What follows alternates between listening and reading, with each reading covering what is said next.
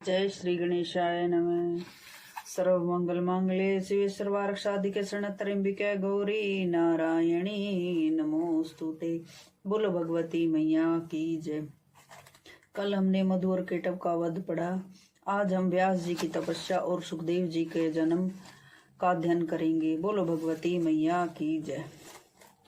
ऋषिगण बोले, सूत जी आप पहले कह चुके हैं कि व्यास जी बड़े तेजस्वी थे। किस प्रकार की तपस्या करने के प्रभाव से उन्हें सुखदेव जी पुत्र रूप में प्राप्त हुए थे, ये कहने की कृपया कीजिए। सूत जी कहते हैं, एक समय की बात है, महाभाग व्यास जी ने भगवान शंकर की 100 वर्षों तक आराधना की। भगवान शंकर ने प्रसन्न होकर उन्हें पुत्र का वरदान दिया।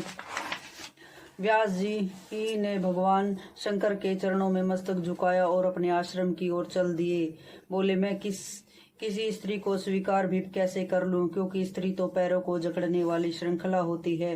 मुनिवर व्यास जी यूं सोच रहे थे, इतने में ही घृताची नाम की ही अप्सरा दिव्य रूप धारण करके उन्हें दृष्टि गोचर हुई।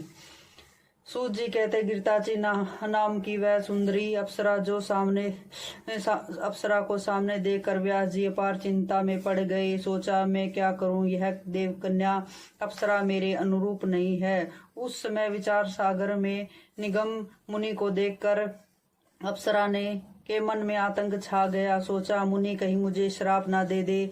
उसने अपना रूप सुग्गी का बना लिया और डरती हुई वह मुनि के आगे से निकल गई। अप्सरा को देखने के साथ ही मुनि के शरीर में काम का संचार हो गया था। उस समय अग्नि प्रकट करने के विचार से व्यास जी ने काष्ठक मंथन कर रहे थे। अकस्मात उस लकड़ी पर ही उनका वीर्य गिर पड़ा। मुनि के उसी अमोघ वीर्य से सुखदेव जी का आविर्भाव हो गया। पुत्र को देखकर मुनि के आश्चर्य की सीमा न रही। उन्होंने यो विचार किया कि हो न हो यह भगवान शंकर के वर का ही प्रभाव है। तपस्वी लोग आकाश से बालक सुखदेव पर फूलों की वर्षा करने लगे।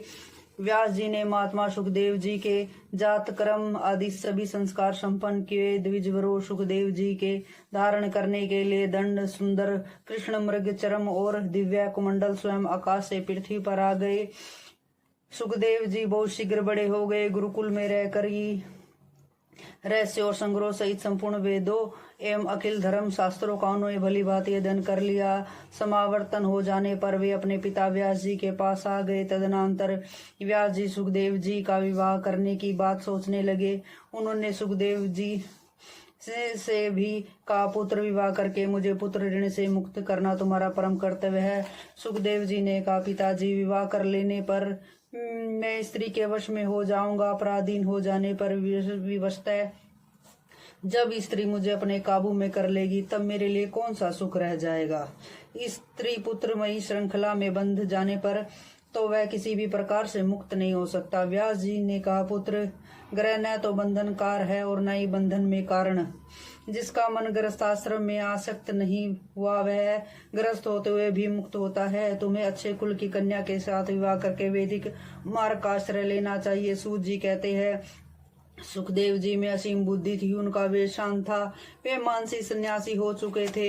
ऐसे सुयोग्य पुत्र के उपयुक्त बातें कहने पर व्यास जी ने कहा, पुत्र तुम बड़े भाग्यशाली हो। मैंने देवी भगवत की रचना की है, उसका अध्ययन करो। इस पुराण में 12 स्कंद है। मेरी समझ से यह पुराण संपूर्ण प्राणों का भूषण है, जिसके सुनते ही सद असत्य वस्तुओं का ज्ञान सुलभ हो जाता है। भगवान विष्णु बालक रूप में वटपत्र पर सोए हुए थे। सोचने लगे, मैं क्यों बालक बन गया, किस अचेतन पुरुष ने मेरी यह स्थिति कर दी। भगवान विष्णु के मन में यूं चिंता की लहरें उठ रही थी। इतने में भगवती योग माया ने सारी शंकाएं दूर कर देने के लिए आधे श्लोक में संपूर्ण पुरुषार्थों को सिद्ध करने वाला यह वचन कहा, यह सारा जगत मैं ही हूँ, मेरे सिवा कोई दूसरी अविनाशी वस्तु है ही नहीं। तब भगवती योग माया के सामने प्रकट हुई। उनकी 4 भुजाएं थी। उनका दिव्य विग्रह शंख चक्र गदा पद्म आदि अनुपम आयुधों से शोभित था। मंद हास्य करती हुए भगवती माँ लक्ष्मी अति तेजस्वी श्री विष्णु के ठीक सामने प्रकट हुई। सूत जी कहते हैं, उस समय सर्वत्र जल ही जल था। मन को मुग्ध करने वाली माँ लक्ष्मी के अचानक दर्शन पाकर कमल लोचन श्री हरि मान आश्चर्य में पड़ गए। रति भूति बुद्धिमति कृति समृद्धि धृति श्रद्धा मोद स्वा सवदा शुद्धा निंद्रा दया गति तुष्टि पुष्टि क्षमा लज्जा आदि शक्तियां उन महादेवी के साथ चारों ओर अलग अलग विराजमान थी। माँ लक्ष्मी तथा उनकी सहचरी शक्तियों को देखकर भगवान विष्णु का हृदय आश्चर्य में पड़ गया। बोलो भगवती मैया की जय, विष्णु भगवान की जय।